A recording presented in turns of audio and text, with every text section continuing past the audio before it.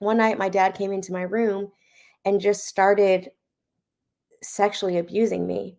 And there were a lot of different things that were happening that I felt like he was doing to like groom and cause fear in me. I oftentimes wondered why like I couldn't let out a scream when I thought I was like why I couldn't hear the sound of the scream when I thought I was screaming, and how like later on in life I realized like how froze I got. Like I would freeze up, I would get scared.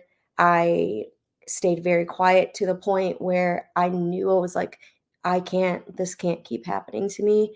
It didn't feel right. I knew it wasn't normal.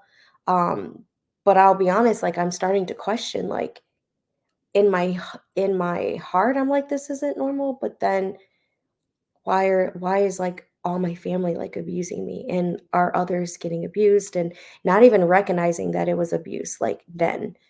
But I ended up telling my identical twin sister about my dad coming into my room, and what ended up happening was, if you could imagine, like, that being very difficult for Mhm. her to hear about her father, let alone believe it.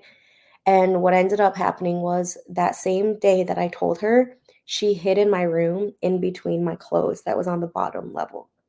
And she saw everything that happened, and then she told my mom.